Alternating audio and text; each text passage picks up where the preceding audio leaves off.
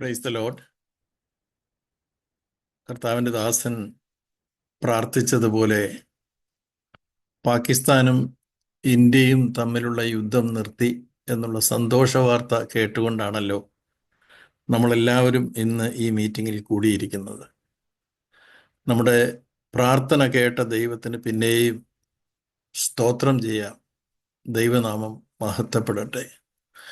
ലോകരാജ്യങ്ങളെല്ലാം ആഗ്രഹിച്ചത് അതുതന്നെയായിരുന്നു. നാം അധിവസിക്കുന്ന ഈ ലോകത്തിൽ സമാധാനം നിൽക്കണമെന്നാണ് ഓരോ പൗരനും ആഗ്രഹിക്കുന്നത്. എന്നാൽ നമുക്കറിയാം, ഭാരതത്തിൽ ഇപ്പോഴും നമ്മുടെ പ്രിയപ്പെട്ട സഹോദരങ്ങളിൽ പലരും ജയിലിൽ കിടക്കുന്നുണ്ട് അവർ ചെയ്യാത്ത കുറ്റങ്ങൾക്ക്. അതുപോലെ ആരാധിക്കുവാൻ സ്വാതന്ത്ര്യമില്ലാതെ കർത്താവിൻ്റെ ദാസൻ പ്രാർത്ഥിച്ച പോലെ ആരാധനാലയങ്ങളിൽ പോലും വർഗീയ വിഷം ചീറ്റിക്കൊണ്ട് ആരാധന മുടക്കി അവരെ തടസ്സപ്പെടുത്തുന്ന സാഹചര്യങ്ങൾ ഇന്നും നമ്മുടെ നാട്ടിലുണ്ട്. നമുക്കറിയാം, നമ്മുടെ ഭാരതത്തിലുള്ള സുബോധമുള്ള ആരും ലീഡർഷിപ്പിലുള്ള ആരും ഒന്നും ഇത് ആഗ്രഹിക്കുന്നതല്ല. രാജ്യത്തെ മതേതരത്വം നിലനിർത്തി എല്ലാവരെയും ഒരുമിച്ച് കൊണ്ടുപോകാൻ എല്ലാവരും ആഗ്രഹിക്കുമ്പോഴും ഇങ്ങനെയുള്ള സാഹചര്യങ്ങൾ, ഇങ്ങനെയുള്ള ആളുകളും നമ്മുടെ ഇടയിലെല്ലാം ഉള്ളതുകൊണ്ട് ഇപ്പോഴും പലതരത്തിലുള്ളതായ സാഹചര്യങ്ങൾക്ക് ഉത്തരം ലഭിക്കേണ്ടതുണ്ട്. തുടർന്നും നമുക്ക് പ്രാർത്ഥിക്കേണ്ടതുണ്ട് എന്ന് ഞാൻ ഓർപ്പിക്കുകയായിരുന്നു. അത് മാത്രമല്ല, നാം അധിവസിക്കുന്ന ഈ ലോകം നമുക്കറിയാമല്ലോ, നമ്മൾ വിചാരിച്ചിരുന്നത് ഈ വർഷത്തിൻ്റെ ആരംഭത്തിൽ തന്നെ ഒരുപക്ഷെ റഷ്യൻ ഉക്രൈൻ യുദ്ധവും ഇസ്രായേൽ ഹമാസ് യുദ്ധവും ഒക്കെ അവസാനിക്കുമെന്ന്. അങ്ങനെയുള്ള വലിയ ആഹ്വാനങ്ങളൊക്കെ നമ്മൾ വേൾഡ് ലീഡേഴ്സിൽ നിന്നൊക്കെ കേട്ടതാ. എന്നാൽ അതിപ്പോഴും തുടരുകയാണെന്ന് നമുക്കറിയാം. അതിനിടയിലാണ് ഈ ഏറ്റവും ഭയങ്കരമാകുമായിരുന്ന ഒരു യുദ്ധം നമ്മുടെ മുൻപിൽ വന്ന് പെട്ടത്. നമ്മുടെ രാജ്യം അതിന് നിർബന്ധിതമായതാ.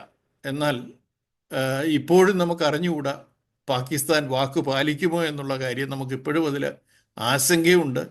തീർച്ചയായും നമ്മുടെ മാതൃരാജ്യത്തിന് വേണ്ടി പോരാടുന്ന നമ്മുടെ സേനകളെയും നിർണായക തീരുമാനങ്ങൾ എടുക്കുന്ന നമ്മുടെ ഭരണ സംവിധാനങ്ങളെയും ഓർത്ത് നമ്മൾ തുടർന്നും പ്രാർത്ഥിക്കണം. നാം അധിവസിക്കുന്ന ലോകത്തിൻ്റെ പ്രശ്നങ്ങൾ ഞാൻ പറഞ്ഞതുപോലെ ഇപ്പോഴും ബാക്കിയാണ്. അമേരിക്ക തുടങ്ങി വെച്ച വ്യാപാര യുദ്ധം, ട്രേഡ് വാർ, അതിപ്പോഴും ഇങ്ങനെ എവിടെ ചെന്ന് അവസാനിക്കുമെന്നറിയാതെ മുന്നോട്ട് പോയിക്കൊണ്ടിരിക്കുക. ഈ കോവിഡാനന്തരം നമുക്കറിയാമല്ലോ, കാണപ്പെടുന്ന പ്രായം കുറഞ്ഞവരുടെ മരണനിരക്ക് അത് വർദ്ധിച്ചുകൊണ്ടിരിക്കുക. നമ്മുടെ ഈ ഭൂമിയിലെ വാസത്തിൻ്റെ ആയുസ് കുറച്ചിരിക്കുകയാണ്. കേരളത്തിലാന്ന് ഇപ്പം പിന്നെയും കേട്ടത് നിപ്പ തലപൊക്കിയെന്ന. ഡ്രഗ് അഡിക്റ്റുകളുടെ വലിയ പ്രശ്നങ്ങൾ, അരാജകത്വം നിറഞ്ഞ ആ സമൂഹമായി നമ്മുടെ നാടൊക്കെ തീർന്നത് ഇപ്പോഴും നമ്മുടെ ചുറ്റും അത് ഇങ്ങനെ ശക്തമായി തന്നെ പോയിക്കൊണ്ടിരിക്കുകയാണ്. അധികാരികൾ അതിനെതിരെ നടപടികളൊക്കെ എടുത്തു തുടങ്ങിയെങ്കിലും ആ സാഹചര്യത്തിൽ ഭയാനകമായ ഒരു സാമൂഹ്യ വ്യവസ്ഥയാണ് ഇപ്പോഴും നമ്മളവിടെ എല്ലാം കാണുന്നത്. ഇതെല്ലാം കൂടെ കൂട്ടി വായിച്ചാൽ 1 പത്രോസ് 4:7 പത്രോസ് അപ്പോസ്തലൻ എഴുതിയത് ഇക്കാലത്ത് ജീവിക്കുന്ന നമ്മൾക്ക് വേണ്ടിയാണോ എന്ന് തോന്നിപ്പോകും. അവിടെ പറയുന്നത്, എന്നാൽ എല്ലാറ്റിൻ്റെയും അവസാനം സമീപിച്ചിരിക്കുന്നു, ആകയാൽ പ്രാർത്ഥനയ്ക്ക് സുബോധമുള്ളവരും നിർമ്മതരുമായിരിപ്പീനെന്ന. ഒരു യുദ്ധമുണ്ടായാൽ ശത്രുക്കളിൽ നിന്ന് രക്ഷ നേടാൻ പൗരന്മാരെ ബോധവാന്മാരാക്കുന്നതിന് വേണ്ടിയാണ് നമുക്കറിയാം കഴിഞ്ഞ ദിവസം മോക്ക് ഡ്രില്ല് നടത്തിയത്. ശത്രുരാജ്യം ആക്രമിക്കാൻ വരുമ്പോൾ സൈറൻ മുഴക്കി അപായ സൂചന നൽകും. ആ സൈറൻ പറയുന്നത്, ജനമേ ഓടി ബങ്കറുകളിലോ മറ്റ് സുരക്ഷിത സ്ഥാനങ്ങളിലോ ഒളിക്കുക എന്നാണ്. ദൈവമക്കളെ സംബന്ധിച്ചിടത്തോളം നമ്മൾ എന്നും ഒരു യുദ്ധമുഖത്താണ്. നമുക്ക് ഫിസിക്കൽ വാറിനെ കുറിച്ചല്ല ഞാൻ പറയുന്നത്, രാജ്യങ്ങളെയോ വ്യക്തികളെയോ കുറിച്ചല്ല ഞാൻ പറയുന്നത്. നമ്മുടെ യഥാർത്ഥ ശത്രുക്കൾ നമ്മൾ നേരിടുന്നത് ആത്മീയ യുദ്ധത്തിലൂടെയാണെന്ന് നമുക്കറിയാം. നമ്മുടെ ശത്രുക്കൾ സ്വർലോകത്തിലെ ദുഷ്ടാത്മ സേനകളാണെന്ന് തിരുവചനം പറയുന്നു. ഈ ലോകത്തിലെ അന്ധകാര ശക്തികളാണ്. ഒരുപക്ഷെ ഇന്ന് ദൈവസഭ സുവിശേഷ വിരോധികളെ കൊണ്ട് നേരിടുന്ന പീഡനങ്ങളെക്കുറിച്ച് നിങ്ങൾ എന്നോട് ചോദിച്ചേക്കാം. ഞാൻ ആമുഖമായിട്ടത് പറഞ്ഞല്ലോ. നമ്മൾ ഒത്തിരി ചലഞ്ചസ് ഇന്ന് ഭാരതത്തിൽ, മറ്റ് ലോകത്തിൻ്റെ വിവിധ രാജ്യങ്ങളിലുണ്ട്, ഭാരതത്തിൽ മാത്രമല്ല കേട്ടോ. അപ്പോൾ അത് എന്ത് പോരാട്ടമാണെന്ന് ചോദിച്ചേക്കാം. ഒരു സംശയം വേണ്ട, ഈ അന്ധകാര ശക്തികളുടെ സ്വാധീനത്തിലാണ് അങ്ങനെ ദൈവജനത്തോട് ക്രൂരമായി പെരുമാറുന്നവരുമെന്ന് നമ്മൾ മനസ്സിലാക്കണം. അതുകൊണ്ടാണ് നമ്മൾ അവർക്ക് വേണ്ടി പ്രാർത്ഥിക്കുന്നത്. അവരുടെ മാനസാന്തരത്തിന് വേണ്ടി, മാറ്റങ്ങൾ ഉണ്ടാകേണ്ടതിന് വേണ്ടി അവർക്ക് വേണ്ടി നമ്മൾ പ്രാർത്ഥിച്ചുകൊണ്ടിരിക്കുന്നത്. പത്രോസ് പറയുന്നത് ഈ ആത്മീയ യുദ്ധത്തിലെ നമ്മുടെ പോരാട്ടം എന്നേക്കുമുള്ളതല്ലെന്നാണ്. ആ ഒന്നാം ലേഖനത്തിൽ തന്നെ ആ കാര്യങ്ങൾ അദ്ദേഹം പറയുന്നുണ്ട്. ഇത് അല്പകാലത്തേക്കുള്ള കഷ്ടമാണെന്ന് പത്രോസ് അപ്പോസ്തലൻ പറയുന്നു. എല്ലാറ്റിനും ഒരു അവസാനമുണ്ട്. ഭക്തന്മാരെ സംബന്ധിച്ചിടത്തോളം ആ ഒരു പ്രതീക്ഷയാണ് അവരുടെ മനസ്സിനെ എപ്പോഴും ഭരിക്കുന്നത്. അതുകൊണ്ടാണ് എല്ലാറ്റിൻ്റെയും അവസാനം വന്നിരിക്കുന്നു എന്ന് പറഞ്ഞിരിക്കുന്നത്. അതൊരു നിരാശയുടെ വാക്കല്ല, ഡെസ്പറേറ്റ് മൂഡിലുള്ളൊരു സംസാരമല്ല, പ്രത്യാശയുടെ വാക്കുകളാണത്.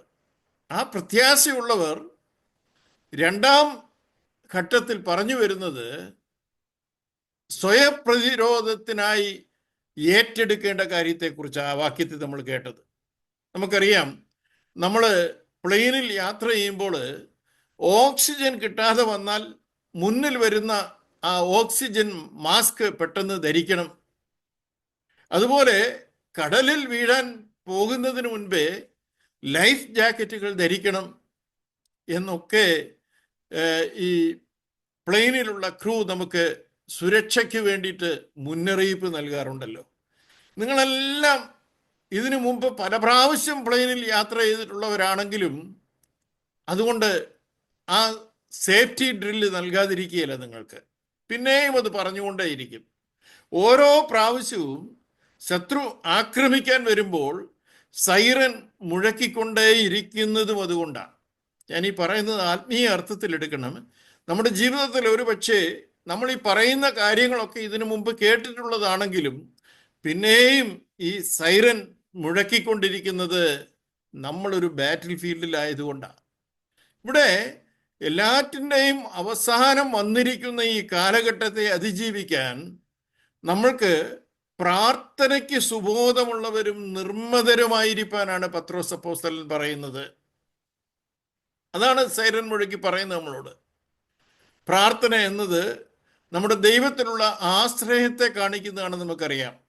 62-ാം സങ്കീർത്തനം അതിൻ്റെ 8-ാം വാക്യത്തിൽ അത് വളരെ വ്യക്തമായി പറയുന്നുണ്ട്. സങ്കീർത്തനക്കാരൻ അവിടെ പറയുന്നത്, ജനമേ എല്ലാ കാലത്തും അവനിൽ ആശ്രയിപ്പീൻ, നിങ്ങളുടെ ഹൃദയം അവൻ്റെ മുമ്പിൽ പകരുവിൻ, ദൈവം നമ്മുടെ സങ്കേതമാകുന്നുവെന്നാണ്.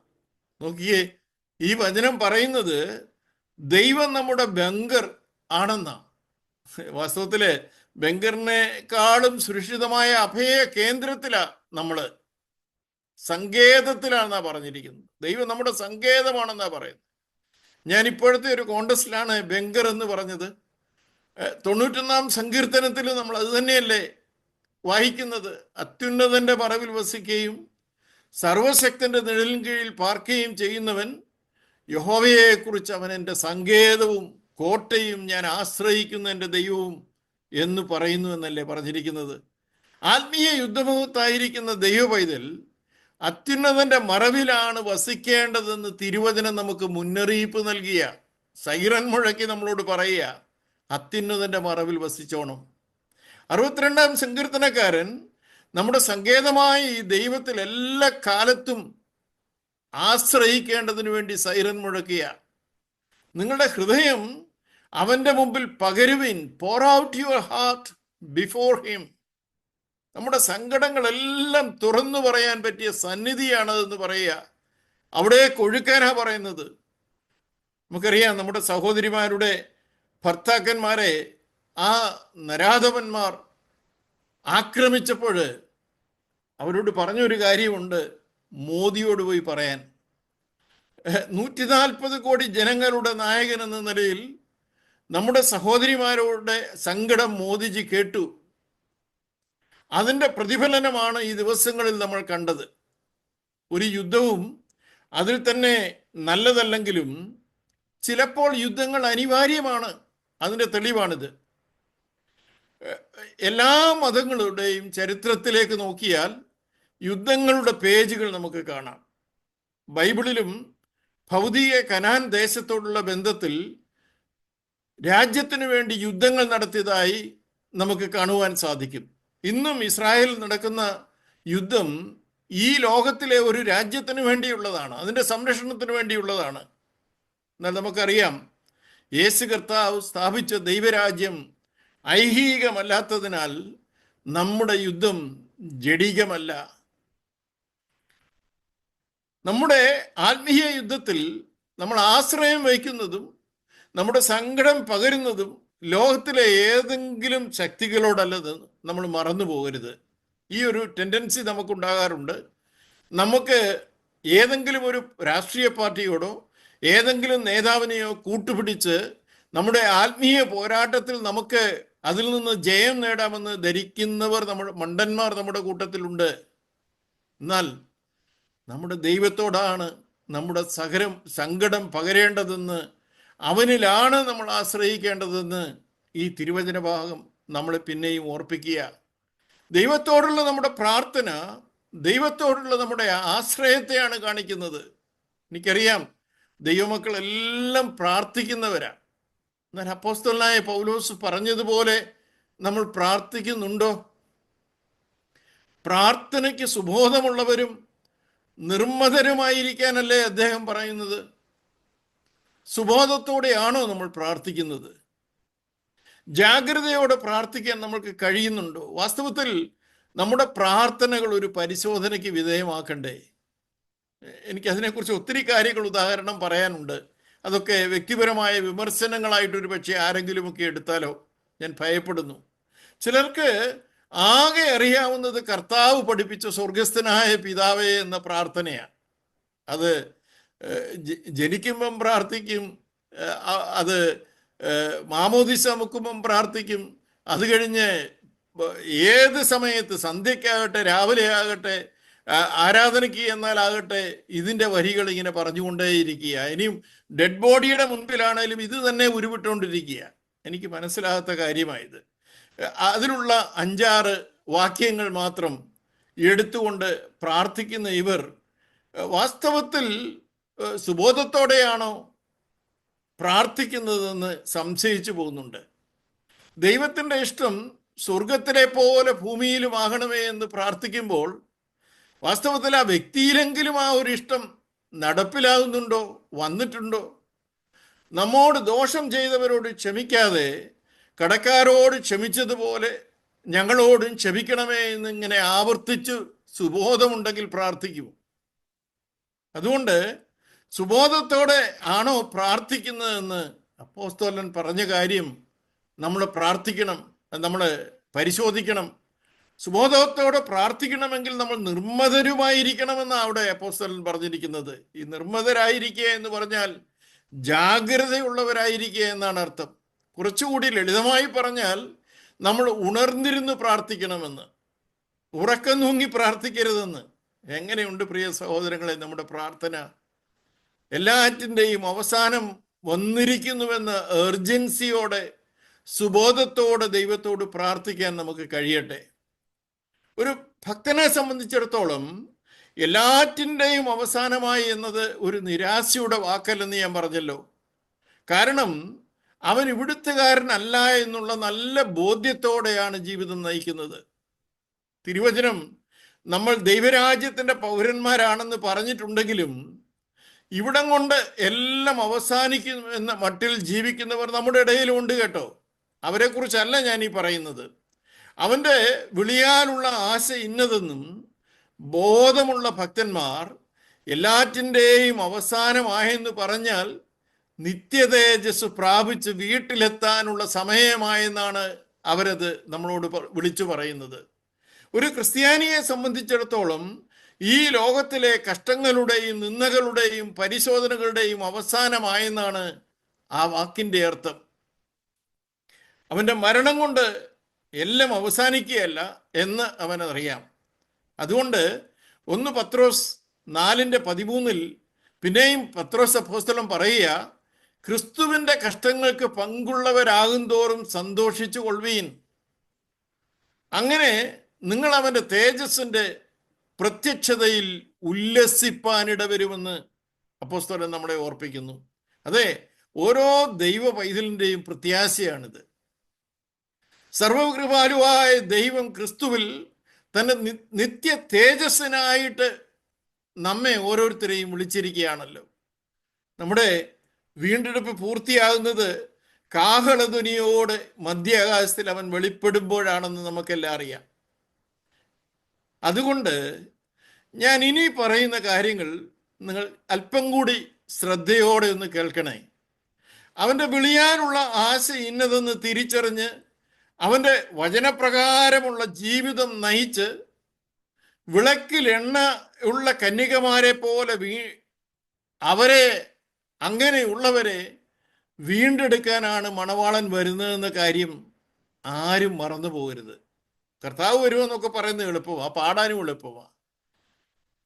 എന്നാൽ ഞാൻ ഒരിക്കൽ കൂടി നിങ്ങളെ ഓർപ്പിക്കട്ടെ, പാടിയത് കൊണ്ടായില്ല, ബൈബിൾ ആവർത്തിച്ച് വായിച്ചത് കൊണ്ടായില്ല, നോയമ്പും ഉപവാസവും അനുഷ്ഠിച്ചത് കൊണ്ടുമായില്ല. ഇതൊന്നുമല്ല വീണ്ടെടുപ്പിന് നമ്മളെ യോഗ്യതയുള്ളവരാക്കുന്നത്. ഇനിയും വിശ്വസിക്കുകയും സ്നാനമേൽക്കുകയും ചെയ്താൽ കൽപ്പനയെല്ലാം അനുസരിച്ചെന്നും കരുതരുത്. ഉടമസ്ഥൻ നമ്മെ വിളിച്ച വിളിക്ക് യോഗ്യമായി ജീവിച്ചെങ്കിലേ വീണ്ടെടുപ്പ് നാളിൽ ജയം പ്രാപിക്കുകയുള്ളൂ എന്ന കാര്യം ഞാൻ നിങ്ങളെ ഓർപ്പിക്കട്ടെ. അതിനുള്ള ജ്ഞാനവും വെളിപ്പാടുമാണ് നമ്മൾ പ്രാപിക്കേണ്ടത്. ഞാനിത് ഒരു ഉദാഹരണത്തിലൂടെ നിങ്ങളെ ഒന്ന് ബോധ്യപ്പെടുത്താം.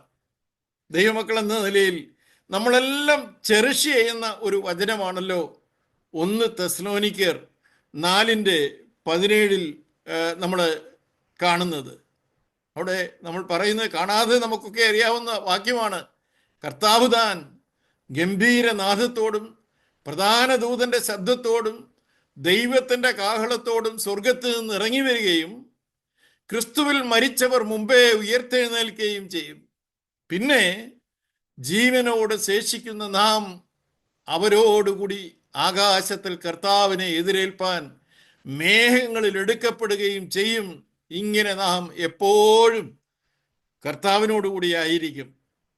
ഞാൻ പറഞ്ഞതുപോലെ ഞാൻ ഒന്നുകൂടെ പറയട്ടെ, ഈ വാക്യം നമ്മുടെ മൃതശരീരം കുഴിയുടെ അരികിൽ കൊണ്ട് വെച്ചേച്ച് പാസ്റ്റർമാർ വിളിച്ചു പറഞ്ഞാൽ അങ്ങനെയുള്ളൊരു രൂപാന്തരം നമുക്ക് ലഭിക്കുമെന്ന് കരുതരുതേ. ഈ വാക്യം മനഃപ്പാഠമാക്കിയത് കൊണ്ട് നമ്മൾ അങ്ങനെ ഒരു രൂപാന്തരം പ്രാപിക്കുമെന്ന് ആരും തെറ്റിദ്ധരിക്കരുതേ. ഈ വചനങ്ങളുടെ പ്രൈമറി റെസിപ്പിയൻറ്റ് ആദ്യമായി ഇത് ആരോടാണ് പറഞ്ഞത്? നമുക്കറിയാം, തെസ്സലോനിക്കയിലുള്ള ഭക്തന്മാരോടാണ് പൗലോസ് ഇത് പറഞ്ഞത്. നമ്മുടെ ജീവിതവും അവരെ പോലെ ആയെങ്കിലേ അവരോട് പറഞ്ഞ ഈ വാഗ്ദത്തം നമ്മൾക്കും പ്രാപിക്കാൻ സാധിക്കൂ എന്ന് തിരിച്ചറിയാനുള്ള ജ്ഞാനം നമ്മൾ പ്രാപിക്കണം. ആരായിരുന്നു തെസ്സലോനിക്കയിലെ വിശ്വാസികളെന്ന് നമ്മൾ മനസ്സിലാക്കി അങ്ങനെ ഒരു ജീവിതം നയിച്ചെങ്കിലേ അവരോട് പറഞ്ഞ ആ വാഗ്ദത്തം നമ്മളുടേതുമാകുള്ളൂ. തീർച്ചയായും ഇന്ന് നമുക്കുമുള്ളതാണ് ആ വാഗ്ദത്തം. എന്നാൽ അവരെ പോലെ ജീവിക്കാൻ നമുക്ക് കഴിയണം. നോക്കണേ, അവർ തെസ്സലോനിക്കയിലെ യഹൂദന്മാരെ പോലെ ആയിരുന്നില്ല. പൗലോസിന്റെ മിനിസ്ട്രിയിൽ ഏറെ പ്രയാസങ്ങൾ ഉണ്ടാക്കിയവരാണ് തെസ്സലോനിക്കയിലെ യഹൂദന്മാർ. അവർ ബെരോവയിലെ പോലെ കേട്ടത് ശരിയാണോ എന്ന് തിരുവെഴുത്തുകളെ പരിശോധിക്കാൻ പോലും തയ്യാറായവരല്ല. തങ്ങൾ അറിയുന്നത് മാത്രമാണ് ശരിയെന്ന് വിശ്വസിച്ചവരാ അവർ. ഈ മനോഭാവമുള്ളവര് അവർക്ക് തങ്ങൾ അറിയേണ്ട പല കാര്യങ്ങളും അവർക്ക് അറിയാൻ കഴിയാതെ പോകും. കാരണം ആ ഒരു ആറ്റിറ്റ്യൂഡാണ് അവരുടേത്. ഞങ്ങൾ പറയുന്നത് മാത്രമേ ശരിയുള്ളൂ. അവരുടെ തിരുവഴുത്തിൽ മറഞ്ഞു കിടന്ന മസിഹയെക്കുറിച്ച് പോലും അതിൻ്റെ മർമ്മങ്ങൾ പോലും കാണുവാൻ കഴിയാതെ മതാന്ധത പിടിച്ചവരായിരുന്നു ആ യഹൂദന്മാരെ നമുക്ക് കാണാൻ സാധിക്കും. ഇങ്ങനെയുള്ളവർ നമ്മുടെ ഇടയിലും ഉണ്ടല്ലോ. ഞാനത് പറയുമ്പോൾ, നമ്മളുടെ ഇടയിൽ എന്ന് പറയുമ്പോൾ പെന്തക്കോസ്തുകാരായാലും നമ്മുടെ ആത്മീയ അഹന്ത തിരുവഴുത്തിലുള്ള സത്യങ്ങളെ അറിയുന്നതിൽ നിന്ന് നമ്മെ മാറ്റി നിർത്തുന്നുണ്ടോ എന്ന് പരിശോധിച്ചോണം. സ്വീകരിക്കേണ്ടതിനെ സ്വീകരിക്കാനും തള്ളിക്കളയേണ്ടതിനെ തള്ളിക്കളയാനും തിരുവചനത്തിൻ്റെ അടിസ്ഥാനത്തിൽ നമുക്ക് കഴിയണം. ഞാൻ ഇത്രയും പറഞ്ഞപ്പോൾ പ്രസിദ്ധമായ തെസലോനിക്കയിൽ ഉള്ള സഭയിലുള്ളവർ ആരായിരുന്നുവെന്ന ചോദ്യം നമ്മളിലെല്ലാം ഉണ്ടാകാം. അപ്പോസ്തല പ്രവൃത്തി 17-ാം അധ്യായത്തിൽ അവരെക്കുറിച്ച് പറയുന്നുണ്ട്. പൗലോസിന്റെ പ്രസംഗം കേട്ട് അന്ന് രക്ഷിക്കപ്പെട്ടവരിൽ അധികവും യവനന്മാരായിരുന്നു. 1 തെസലോനിക്കർ 10-ന്റെ 1-ാം അധ്യായം അതിൻ്റെ 10-ാമത്തെ വാക്യത്തിൽ നമ്മൾ വായിക്കുന്നത് അവർ വിഗ്രഹങ്ങളെ വിട്ട് ദൈവത്തിങ്കിലേക്ക് തിരിഞ്ഞവരായിരുന്നു എന്നാണ്. അപ്പം അങ്ങനെയുള്ളവരെ കുറിച്ച് നമുക്ക് ഒരു സാമാന്യ അറിവ് ലഭിച്ചല്ലോ. യഹൂദന്മാരുടെ പാരമ്പര്യമൊന്നും അവർക്ക് പറയാനില്ലായിരുന്നു. അവർ വിഗ്രഹങ്ങളെ വിട്ട് ദൈവത്തിങ്കിലേക്ക് തിരിഞ്ഞവരായിരുന്നു. അങ്ങനെ ഒത്തിരി കാര്യങ്ങളൊന്നും അവരെക്കുറിച്ച് പറയാനില്ലെങ്കിലും അവിടെ നമ്മൾ വായിക്കുന്നത് ബഹുകഷ്ടം സഹിക്കേണ്ടി വന്നിട്ടും പരിശുദ്ധാത്മാവിൻ്റെ സന്തോഷത്തോടെ വചനം കൈക്കൊണ്ടവരാണവർ. അവരുടെ വിശ്വാസത്തിൻ്റെ വേലയും സ്നേഹത്തിൻ്റെ പ്രയത്നവും നമ്മുടെ കർത്താവായ യേശു ക്രിസ്തുവിനെ കുറിച്ചുള്ള പ്രത്യാശയുടെ സ്ഥിരതയും വരുവാനുള്ള കോപത്തിൽ നിന്ന് നമ്മെ വിടുവിക്കുന്നവനായ യേശു കർത്താവ് സ്വർഗത്തിൽ നിന്ന് വരുന്നത് കാത്തിരിക്കുന്നതുമൊക്കെ നമ്മെ സ്വാധീനിക്കേണ്ടതാണ്. നമ്മളിൽ അങ്ങനെയുള്ള ഒരു ജീവിതമുണ്ടോ എന്ന് പരിശോധിക്കാൻ അത് ആവശ്യമാണ്. അങ്ങനെയുള്ളവർക്ക് വേണ്ടിയാണ് കർത്താവ് സ്വർഗത്തിൽ നിന്ന് വരുന്നെന്ന് അപ്പോസ്തലൻ പറഞ്ഞ്. അങ്ങനെ ക്രിസ്തുവിൽ മരിച്ചവരാണ് മുമ്പേ ഉയർത്തെഴുന്നേൽക്കുന്നത് എന്നാണ് ആ 4:16 നമ്മൾ വായിച്ചത്. അവരെ പോലെ മാതൃകയോടെ ജീവിച്ച ജീവനോടെ ശേഷിക്കുന്നവരാണ് രൂപാന്തരപ്പെടുന്നതെന്നാണ് അവിടെ നമ്മൾ വായിച്ചു കേട്ടത്. അങ്ങനെയുള്ളവരൊരുമിച്ചാണ് ആകാശത്തിൽ കർത്താവിനെ എതിരേൽപ്പാൻ മേഘങ്ങളിൽ എടുക്കപ്പെടുന്നതെന്ന് നമ്മൾ ഗൗരവത്തോടെ ചിന്തിക്കണമേ. എൻ്റെ പ്രിയ സഹോദരങ്ങളെ, തെസ്സലോനിക്ക സഭയിലുള്ള വിശുദ്ധന്മാരെ പോലെ നമ്മൾ ജീവിച്ചെങ്കിലേ കർത്താവ് താൻ ഗംഭീരനാദത്തോടും പ്രധാന ദൂതന്റെ ശബ്ദത്തോടും കൂടി കാഹളത്തോടും കൂടി സ്വർഗത്തിൽ നിന്ന് ഇറങ്ങി വരുമ്പോൾ ഉയർത്തെഴുന്നേൽക്കുകയുള്ളൂ എന്ന കാര്യം മറന്നു പോകരുത്. അങ്ങനെയുള്ളവരാണ് അവരോടൊപ്പം രൂപാന്തരപ്പെടുകയുള്ളൂ എന്ന് നമ്മൾ മറക്കരുത്. നമ്മുടെ വിശ്വാസത്തിൻ്റെ പ്രവൃത്തിയും സ്നേഹത്തിൻ്റെ പ്രയത്നവും പ്രത്യാശയുടെ സ്ഥിരതയും എത്രത്തോളം ഉണ്ടെന്നൊന്ന് പരിശോധിക്കാം. എനിക്കറിയാം നമ്മളെല്ലാം വിശ്വാസമുള്ളവരാ. എന്നാൽ വിശ്വാസത്തിൻ്റെ പ്രവൃത്തി നമ്മളിലുണ്ടോ? നമ്മളെല്ലാം സ്നേഹമുള്ളവരാ. എന്നാൽ നമ്മുടെ സ്നേഹത്തിൻ്റെ പ്രയത്നം എങ്ങനെയുണ്ട്? നമ്മളെല്ലാം കർത്താവ് വരുമെന്ന് പാടുകയും പ്രത്യാശിക്കുകയും ഒക്കെ ചെയ്യുന്നവരാ. ജീവിതത്തിൻ്റെ കഷ്ടതയുടെ നടുവിൽ, പ്രതികൂലങ്ങളുടെ നടുവിൽ, പീഡനങ്ങളുടെ നടുവിൽ നമ്മുടെ പ്രത്യാശയുടെ സ്ഥിരത അത് നമുക്കുണ്ടോ? നമുക്കൊന്ന് പരിശോധിക്കാം. എഫെസോസിലെ ദൈവങ്ങൾക്ക് വേണ്ടിയുള്ള പൗലോസിന്റെ പ്രാർത്ഥനയിൽ നിന്ന് ഇതിനു മുമ്പ് ഞാൻ നിങ്ങളോട് സംസാരിച്ചിട്ടുണ്ട്. നമ്മുടെ ഹൃദയദൃഷ്ടി പ്രകാശിപ്പിച്ചിട്ട് ദൈവത്തിൻ്റെ വിളിയാലുള്ള ആശ ഇന്ന് തിരിച്ചറിയേണ്ടതിനായിരുന്നു അന്ന് ഞാൻ അതിനെക്കുറിച്ചായിരുന്നു സംസാരിച്ചത്. എന്നാൽ ആ പ്രാർത്ഥന തുടങ്ങുന്നത് 1:17 മഹത്വത്തിൻ്റെ പിതാവിനോട് പ്രാർത്ഥിക്കുന്നത് ജ്ഞാനത്തിൻ്റെയും വെളിപ്പാടിൻ്റെയും ആത്മാവിനെ നൽകണമേ എന്നാണ്. പത്രോസിന്റെ ആഗ്രഹം നിറവേറണമെന്നുണ്ടെങ്കിൽ പൗലോസ് പ്രാർത്ഥിച്ചതുപോലെ നമുക്ക് പ്രാർത്ഥിക്കാം.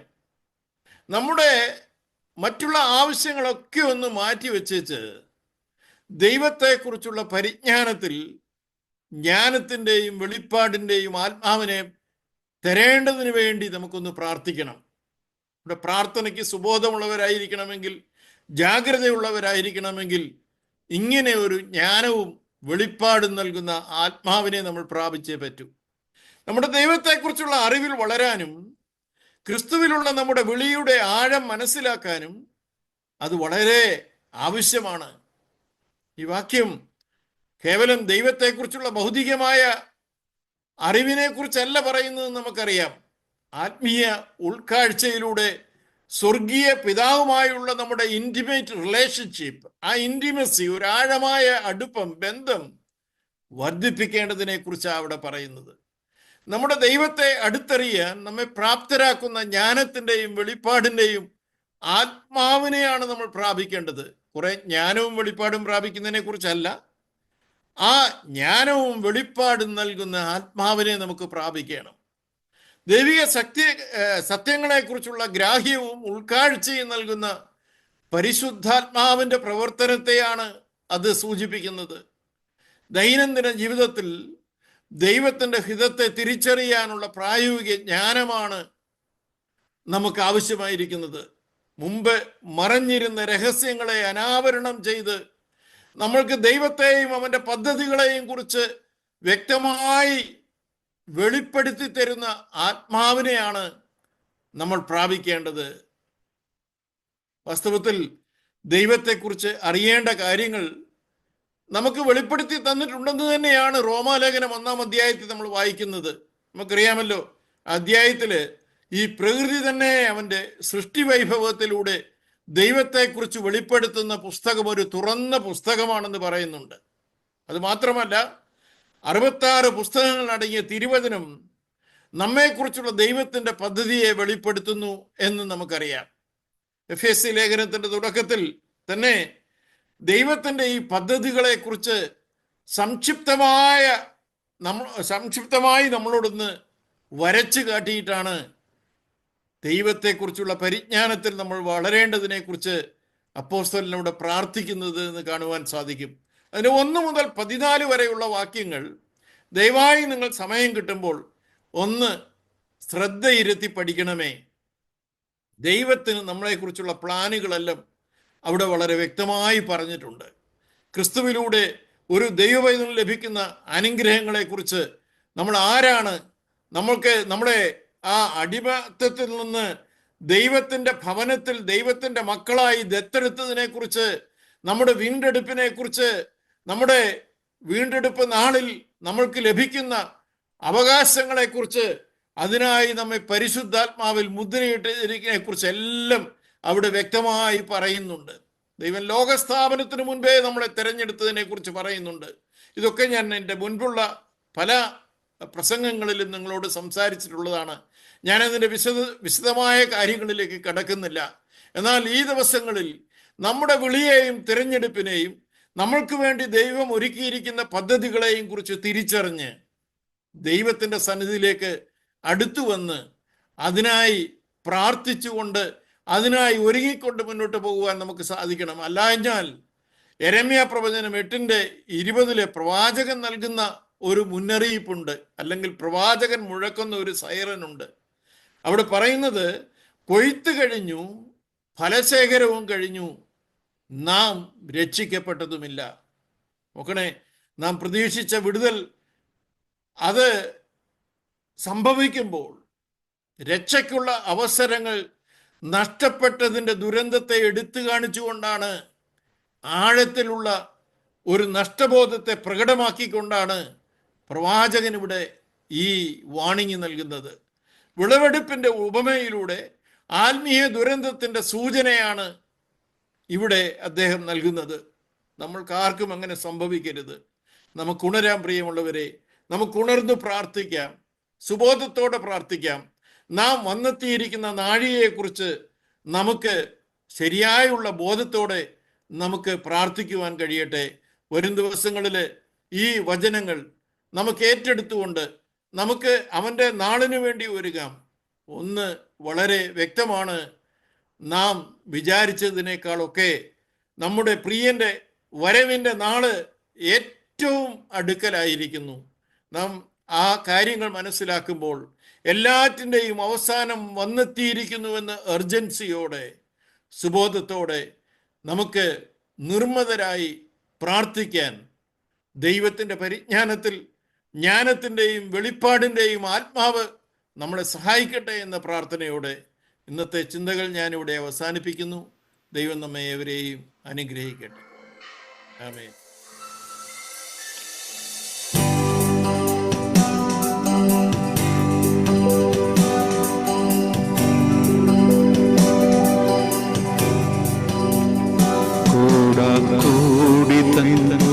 ദൂതസൈന്യവുമാ മേഘാരൂഢനായി വരുന്നീതാ വിരവിൽ തൻ പ്രിയ സുതരെ തന്നോടു ചേർപ്പ വേഗം വരുന്നേശു മശിഹാ കോടാകോടി തൻ ദൂതസൈന്യവുമാ മേഘാരൂഢനായി വരുന്നീതാ വിരവിൽ